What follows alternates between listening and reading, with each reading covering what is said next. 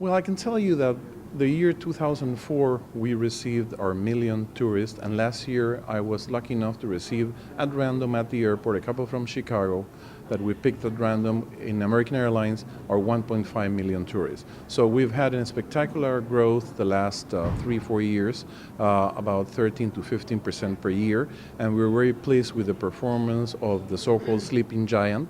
That's us, because we finally woke up and now tourism has become industry number one in Panama.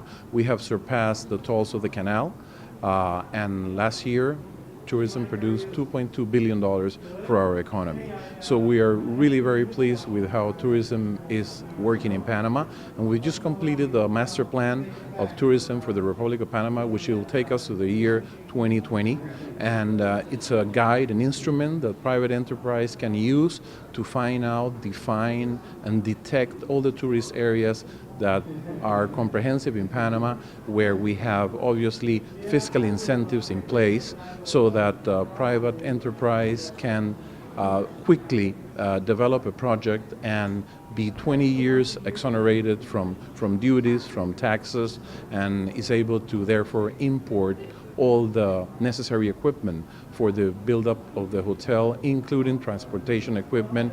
We've had a case of a couple from Canada which developed a very nice resort in the highlands of Panama, and they introduced grass from Georgia for their golf course. So that's the kind of projects we're very interested in, boutique hotels for high-end customers, and right now we have in the Republic of Panama about 17,000 hotel rooms, but we have a lack of 8,000 more hotel rooms. So this is a great opportunity to invite people to know about us, visit our website, and get to know the possibilities that Panama offers tourist-wise. No, I was this morning with the Hilton people, and they have 4 projects in Panama City only, which will be ready in about 2 years' time, and several other international groups are starting or have started to build in Panama. I can mention super clubs from the Caribbean, Hard Rock Cafe, Nikki's Beach, the Bristol, part of leading hotels of the world. So those projects are already ongoing, but we received a couple of months ago about 104 new projects, some for Panama City, some from the interior.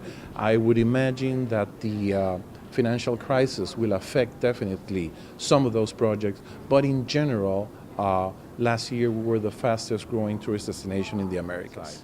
We're also very lucky to call ourselves home port for Royal Caribbean Cruise Line, which last December started the same type of cruise. You can start from Miami, and we're getting 2,000, 2,500 passengers per week, taking the enchantment of the seas around a Caribbean 7-day cruise, and we're very pleased with that. That 5 direct flights per week from Europe, from Amsterdam to Panama City, from Madrid to Panama City. We have several flights per day from different locations in the U.S., be it Atlanta, Miami, Houston, Los Angeles, New York, or Miami. Several flights per day by U.S. carriers, and our local airline, our flagship airline, Copa Airlines, obviously covers from Tocumen International Airport all types of destinations throughout Latin America. So we have a very important hub in Panama, which we call the hub of the Americas. When I mentioned the master tourism plan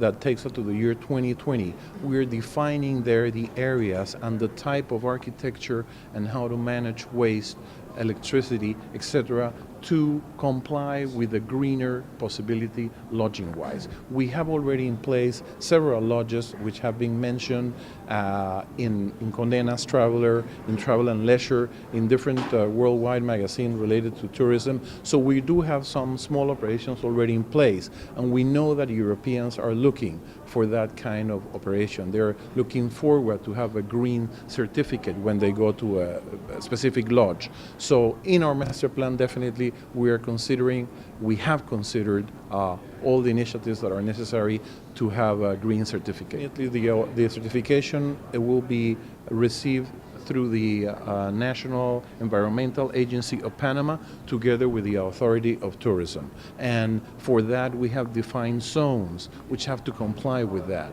and what has to be done. And we have also studied the the complexity of the zone and the kind of people that live there in order not to surpass the capacity of the area that we want future developers to enhance through lodging facilities.